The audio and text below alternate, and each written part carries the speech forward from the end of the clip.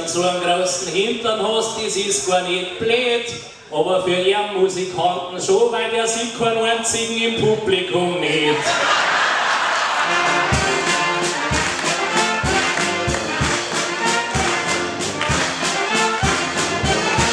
Ja, gell, wenn ich einen großen Hintern habe, das ist vielleicht für die Musikanten kein Glück, weil wenn es recht voll ist, für eine Pfeife nicht Blase zurück.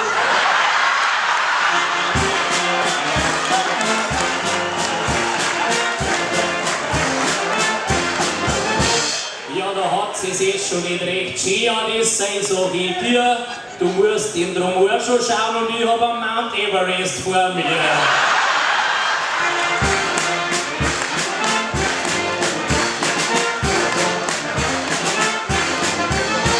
Ja, gell, er ist wohl nicht so zart wie eine Maus, aber wenn er zwischen Mount Everest und Kilimanjaro rein kann, der lebt nicht mehr raus.